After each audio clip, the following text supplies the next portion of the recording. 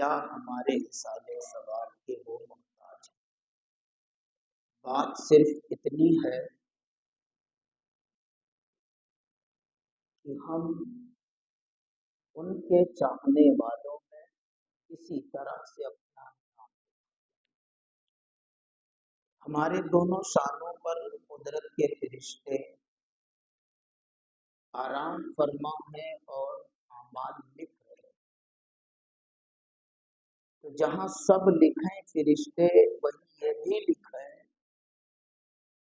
کہ ہم آل نبی کے چاہنے والے ہیں،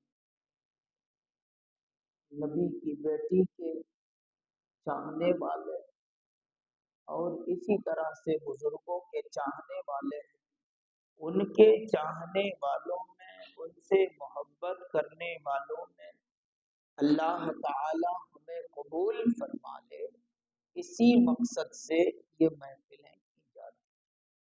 باقی اور کوئی مقصد نہیں۔ کل ہی رات میں بتایا کہ نسبت سے بہت کچھ حاصل ہوتا ہے۔ تو یہ ہمارا چند لمحہ اگر خاتون جنت کی محبت میں اللہ قبول کر لے تو یقیناً یہ ہماری بخشش کا ذریعہ ہو سکتا ہے، نجات کا سامان ہو سکتا ہے۔ ویسے بھی برا نہ مانے، ہماری قوم وقت کی کتنی قدر کرتی ہے یہ کچھ ہمیں بھی پتا ہے اور آپ کو بھی پتا ہوگا کہ ہماری قوم کے لوگ وقت کا کتنا لحاظ رکھتے ہیں، وہ آپ کو معلوم ہے۔ اور ہم وقت کی قدر نہ کر کے ہی بے قدر ہو گئے۔ ہمارے ہاں وقت کا صحیح یوز ہے ہی نہیں، الا ماشاء اللہ۔ تو اللہ پاک کی بارگاہ میں دعا کرتے اللہ کریم ہمیں اپنے اوقات کو صحیح جگہ استعمال کرنے کی توفیق عطا فرمائے۔ نبی پاک صلی اللہ علیہ وسلم کی آل اللہ رب العزت کی بارگاہ میں کتنے عظیم ہیں، وہ اس آیت کریمہ سے آپ سمجھ سکتے ہیں۔ اللہ پاک فرماتا ہے انما یرید اللہ لیذھب عنکم الرجس اہل البیت ویطہرکم تطہیرا کما قال۔ اللہ فرماتا ہے کہ بے شک اللہ رب العزت محبوب کی آل اولاد سے تمام قسم کی نجاستوں کو، غلاظتوں کو دور رکھنا چاہتا ہے اور نبی کی آل کو صاف ستھرا رکھتا ہے۔ اللہ رب العزت اپنے محبوب کی آل کی پاکیزگی خود بیان کرتا ہے، اور حضور کی آل میں سر فہرست خاتون جنت کا نام۔ حضور کی آل میں سب سے پہلا نام خاتون جنت کا آتا ہے۔ خاتون جنت سیدہ فاطمہ الزہرا رضی اللہ تعالی عنہا حضور کے اعلان نبوت سے 5 سال پہلے پیدا ہوئی مکے۔ جب حضور نے اعلان نبوت نہ فرمایا تھا تبھی آپ پیدا ہوئی حضرت خدیجہ رضی اللہ تعالی عنہا کے گھر میں۔ وہ گھر مکے میں محفوظ تھا، لیکن آج کے کرم فرما اسلام کے ٹھیکیداروں نے نشانی تک نہیں رکھی ہے، سب ختم کر دیا۔ وہابیوں سے بہت کچھ ملا ہے امت کو، جتنی نشانیاں تھی اسلام کی سب ختم کر ڈالا ہے، یہی طبقہ وہابیوں نے کیا۔ تو سیدہ فاطمہ الزہرا رضی اللہ تعالی عنہا کی پرورش خود حضرت سیدہ خدیجہ رضی اللہ تعالی عنہا اور حضور رحمت عالم صلی اللہ علیہ وسلم نے فرمائی۔ عرب میں ماحول تھا جب کوئی بچہ پیدا ہوتا تھا تو اسے کسی داعیہ کے حوالے کیا جاتا، وہ پرورش کرتی تھی، ان کی خدمات کرتی تھی، اور جب بچہ بڑا ہو جاتا تھا تو ماں باپ کے حوالے کرتی تھی، اس کے عوض میں داعیہ کو کچھ ملا کرتا تھا۔ لیکن سیدہ فاطمہ جب پیدا ہوئی تو ان کے عادات و اطوار کو دیکھ کر حضرت سیدہ خدیجۃ الکبریٰ رضی اللہ تعالی عنہا نے گوارا نہ فرمایا کہ ان کو کسی داعیہ کے حوالے کریں، آپ نے خود ہی ان کو اپنی پرورش میں رکھا اور اپنے شیر پاکیزہ سے انہیں فیضیاب فرمایا۔ سیدہ فاطمہ کی زندگی سے جتنی چیزیں جڑی ہیں سب بے مثال، اگر ایک ایک کر کے بیان کریں تو گھنٹوں چلے جائیں، تھوڑی تھوڑی روشنی ڈالوں گا۔ بیٹیوں کے لیے سیدہ فاطمہ بہترین نصیحت ہے کہ وہ اپنے باپ سے کیسی محبت کریں، بہترین مثال ہے سیدہ فاطمہ۔ بابا جان سے وہ کتنی محبت کرتی تھی، کس قدر اپنے والد سے وہ لگاؤ رکھتی تھی، اس کو میں تو سمجھتا ہوں الفاظ میں پرویا ہی نہیں جا سکتا، الفاظ میں پیش ہی نہیں کیا جا سکتا۔ حضور چاہتے میری بیٹی راضی رہے اور بیٹی چاہتی میرے بابا راضی رہے، حضور چاہتے میری بیٹی کو ذرہ برابر تکلیف نہ آئے، لیکن بیٹی بھی چاہتی کہ میرے بابا کو ذرہ برابر تکلیف نہ آئے۔ اس کی بہت ساری مثالیں ایک دیتا ہوں۔ جب جنگ احد ہوئی اور کفار کا یلغار ہوا، اس میں بہت سارے صحابہ شہید ہوئے، آقا کریم صلی اللہ علیہ وسلم کے دندان مبارک شہید ہوئے، چہرے پاک پر زخم آیا۔ جب حضور تشریف لائے گھر تو سیدہ فاطمہ حضور کی خدمت میں لگ جاتی، خون رک نہیں رہا تھا، لاکھ کوشش کر رہی ہیں، بار بار پانی سے دھو رہی ہیں پر خون نہیں رک رہا ہے۔ آپ نے کھجور کی پتیاں جلائیں، اس کی راکھ اٹھایا اور پھر حضور کے زخم پر لگایا اور حضور کی خدمت میں لگی رہی جب تک حضور رحمت عالم صلی اللہ علیہ وسلم کو مکمل افاقہ نہ ہو۔ ہر پل حضور کا خیال رکھتی، ہر لمحہ حضور کا خیال رکھتی۔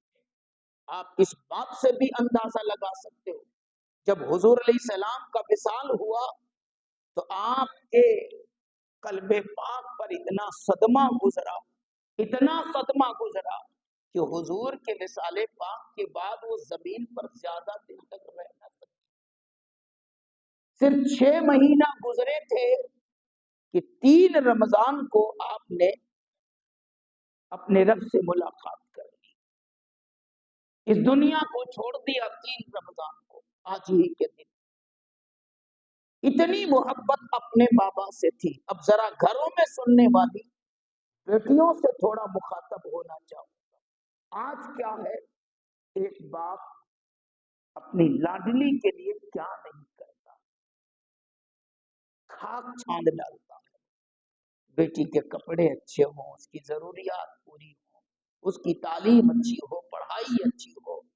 ایک باپ اپنی بیٹی کے ارمانوں کی تکمیل کے لیے کہاں کہاں بھٹکتا ہے، کہاں کہاں بھٹکتا ہے، لیکن وہی بیٹی جب جوان ہو جاتی ہے تو باپ ہی کی عزت کو داؤں پہ لگا دیتی۔